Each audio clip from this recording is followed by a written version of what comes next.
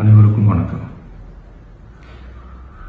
என் லைஃப்பில் இந்த மாதிரி ஒரு பெயின்ஃபுல்லான ஒரு சுச்சுவேஷனை நான் ஃபேஸ் பண்ணதே கிடையாது. மனசு முழுக்க வலி வலி மட்டும்தான். இந்த சுற்றுப்பயணத்தில் என்னென்ன மக்கள் பார்க்க வராங்க, அதுக்கு ஒரே ஒரு காரணம் தான், அவங்க என் மேலே வச்சிருக்கிற அன்பும் பாசம். அந்த அன்புக்கும் பாசத்துக்கும் நான் எப்பவும் கடமைப்பட்டிருக்கிறேன்.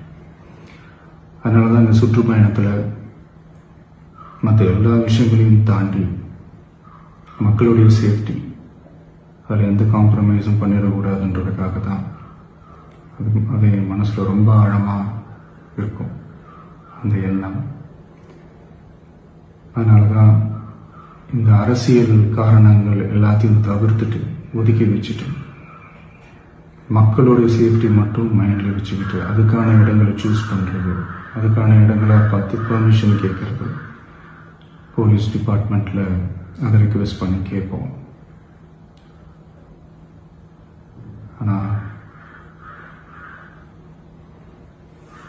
நடக்கக்கூடாதது நடந்துருச்சு. நான் மனுஷன் தானே. அந்த நேரத்தில் அத்தனை பேர் பாதிக்கப்பட்டு இருக்கும்போது எப்படி அந்த ஊரை விட்டுட்டு என்னால் கிளம்பி வர முடியும்?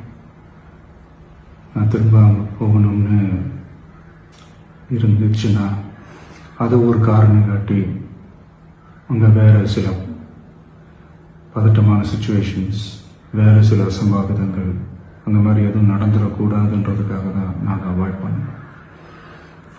இந்த நேரத்தில் சொந்தங்களை இழந்து தவிக்கிற இத்தனை குடும்பங்களுக்கும் என்னுடைய ஆழ்ந்த இரங்கலை தெரிவிச்சுக்கிறேன். எனக்கு தெரியும், என்ன சொன்னாலும் இது ஈடையாகாதுன்னு எனக்கு தெரியும். ஹாஸ்பிட்டலில் ட்ரீட் பண்ணிகிட்ருக்கிற எல்லாருமே சீக்கிரமாக க்யூர் ஆகி வரணுன்றதை இந்த நேரத்தில் நான் வேண்டிக்கிறேன். கூடிய சீக்கிரமே உங்கள் எல்லாரையும் நான் சந்திக்கிறேன். இந்த நேரத்தில் எங்களுடைய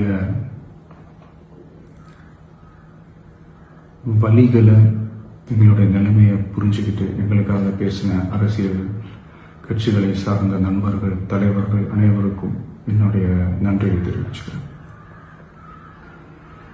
கிட்டத்தட்ட ஒரு 5 மாவட்டத்துக்கு பிரச்சாரத்துக்கு போனோம். இந்த மாதிரி எதுவுமே நடக்கல. ஆனால் கரூரில் மட்டும் ஏன் எப்படி நடக்குது, எப்படி நடக்குது?